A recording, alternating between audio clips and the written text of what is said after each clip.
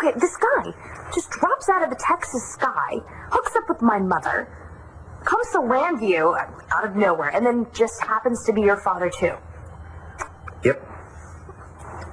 You don't think that that's an incredible coincidence?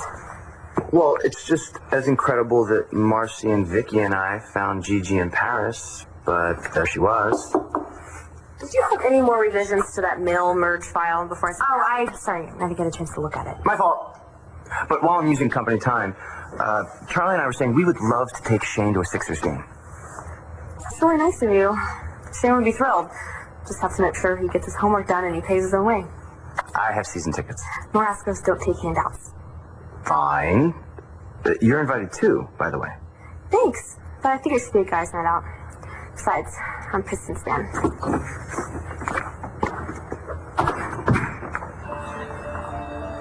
So how's Adriana? What? You know, your fiancé? Well, I certainly never told Charlie that Dorian and I were friends. But you didn't tell him the whole truth. No, what's the point? And why even accord Dorian the importance of discussing her? Well, because Dorian is a pretty important part of your life. You know, sweetheart, when I was in Paris, Texas, when I met Charlie, Dorian was the furthest thing from my mind. And that was probably the most refreshing thing about being in Texas. Well, besides meeting Charlie. Well, besides meeting Charlie, yes. You know what I don't understand? Why would Dorian not want him to know that you two hated each other? Charlie, Vicky and I parted ways just a few minutes ago. She made it quite clear that the two of you have much better things to do than talk about yours truly. So what happened in the meantime? Did she corral you in the parking lot and give you a whole litany of my past misdeeds, of course omitting her own? No, Vicky never said a bad word about you. Someone else told me the truth. Someone else told you the truth.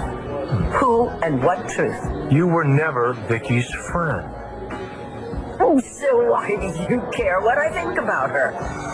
I don't, but I do care that when I found out that you two knew each other and that you had kept that from me, that you told me that you lied to protect Vicky, and that was a lie. Everything has been a lie. Not everything. And you want to talk about your wild string of coincidences? First, I find you run over in Asa Buchanan's driveway in Texas, and then I find out that you and Jared and Vicky all live here in Landview. That is wild, isn't it? Yes, was that all a coincidence?